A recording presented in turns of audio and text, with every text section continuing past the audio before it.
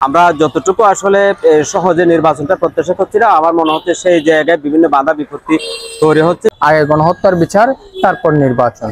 আমাদের একজন জনপ্রতিনিধি যে আসবে সে দুর্নীতিবাজটা দূর করতে হবে। কেউ চায় উন্নয়ন, কেউ পরিবর্তন, কেউ আবার আগের ধারাবাহিকতা বজায় রাখার পক্ষে।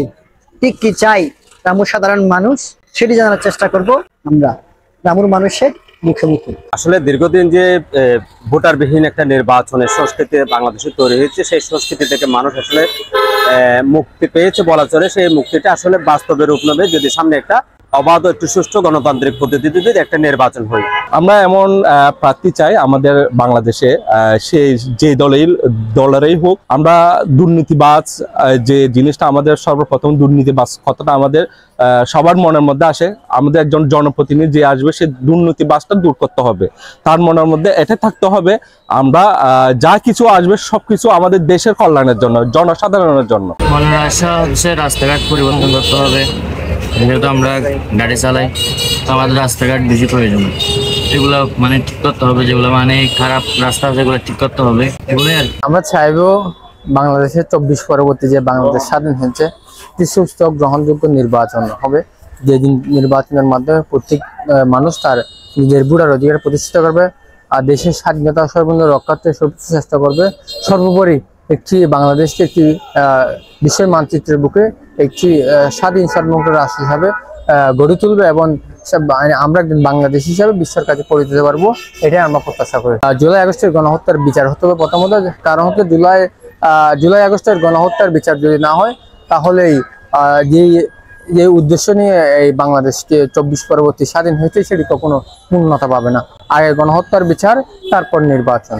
আমি আমার বয়সে অনেক নির্বাচন দেখেছি। দলীয় নির্বাচন গুলো বারবারই এদের ছাত্র হাসিলের জন্য নির্বাচন ওদের শক্তভাবে ওরা নির্বাচন করে দেয়, বারবার ওরা।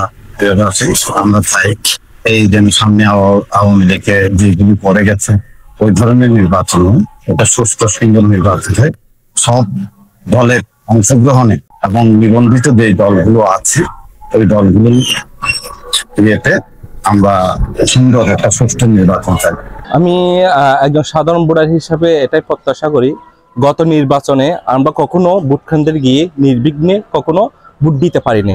আমরা আশা করি বর্তমান যে সরকারটা আছে ওই সরকারের অধীনে নির্বিঘ্নে গিয়ে আমাদের নিজের ভোটটা ভোট কেন্দ্রে গিয়ে প্রদান করতে পারবো এবং কোনো বাধা প্রদান ছাড়া। তো রামুর মানুষ আসলে চায় যে একটি দেশে একটি গ্রহণযোগ্য একটি নির্বাচন হোক, এবং সেই নির্বাচনকে ঘিরে আসলে বিভিন্ন ধরনের প্রশ্ন তৈরি হচ্ছে ক্রমেই। আমরা যতটুকু আসলে সহজে নির্বাচনটা প্রত্যাশা করছি না, আমার মনে হচ্ছে সেই জায়গায় বিভিন্ন বাধা বিপত্তি তৈরি হচ্ছে। বিশেষ করে যারাই এই নির্বাচনকে আসলে প্রশ্নবিদ্ধ না করার কথা, তারাই কিন্তু এই নির্বাচনকে প্রশ্নবিদ্ধ করছে।